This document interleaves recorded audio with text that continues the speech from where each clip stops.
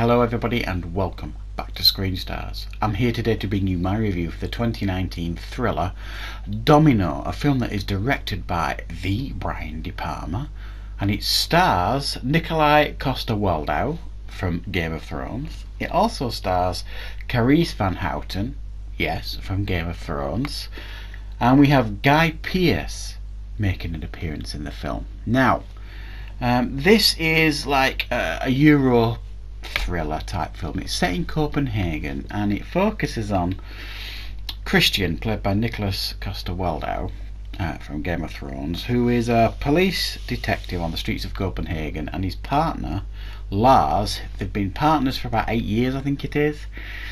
They've got a good relationship, and they get called out to a domestic disturbance that turns out to be something a bit more. His partner is gravely injured, and it is left to Christian to try and hunt down this rogue killer who has ties and connections to ISIS, and he's kind of after ISIS. He's got his own agenda, this killer, and ISIS is also the terrorist threat is in this film, and they're active in Copenhagen.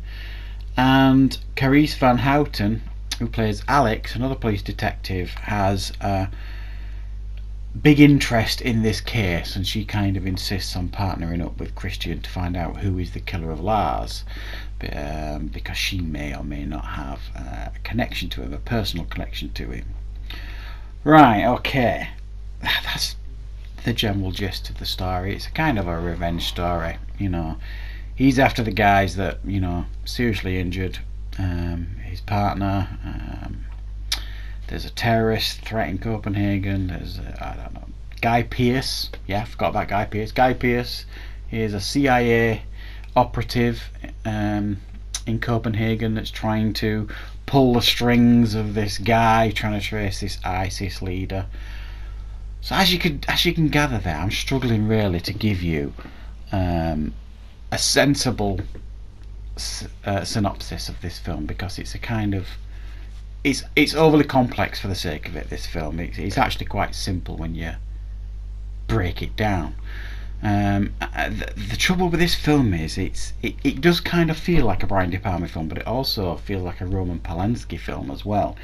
It feels very old-fashioned, and not in a good way, and it's got this weird musical soundtrack that just does not fit this movie.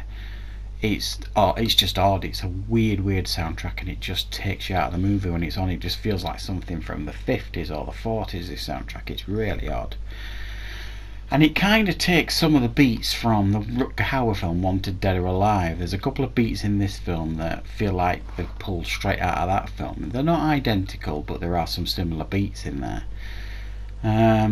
And it's full of weird sequences that are supposed to build tension but end up just frustrating you.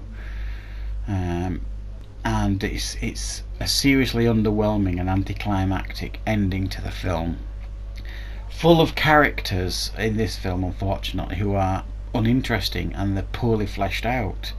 So you don't really care about them. There's nothing interesting about any of the characters here in this film.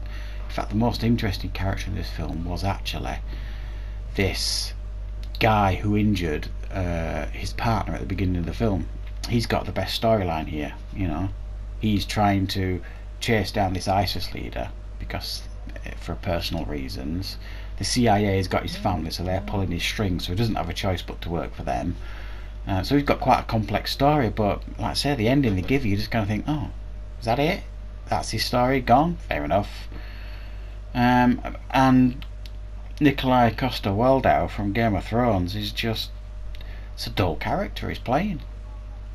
No personality. And the same with Carice Van Houten, her character. No personality. Nothing. It's just a fairly humdrum, middle of the road, dull thriller, this. That's adequately made. I mean, it's Brian De Palma, for goodness sake. You know, it's shot well enough. It looks nice enough. You know, the performances aren't poor. They're just poorly written. So they don't have an awful lot to work with here. So I was seriously underwhelmed with this film, and when I saw the cast list and I saw who was directing this, I'm kind of like, wow, we could be in for a bit of a treat here. I was wrong. It's fairly underwhelming, a bit dull, very middle of the road. You've seen it done so many times before and better than this film. It doesn't offer anything new to the genre. The European setting doesn't really add anything other than it looks different and nice. And it's shot in a way that, you know, highlights the beautiful city of Copenhagen and things like that, but it's not really why I want to watch a film for that sort of thing. So I'm giving it a bang on 5 out of 10. It's just bang average as this film. It's just middle of the road. You're not going to turn it off and think that was rubbish, but consequently I can't imagine you turning it off thinking, wow, it was brilliant. So it's a 5 out of 10 for me. Pretty underwhelming. So maybe give it a go if you're a fan of some of the people involved in this film. So that is my review for Domino. I hope you found it useful, and thank you very much for watching.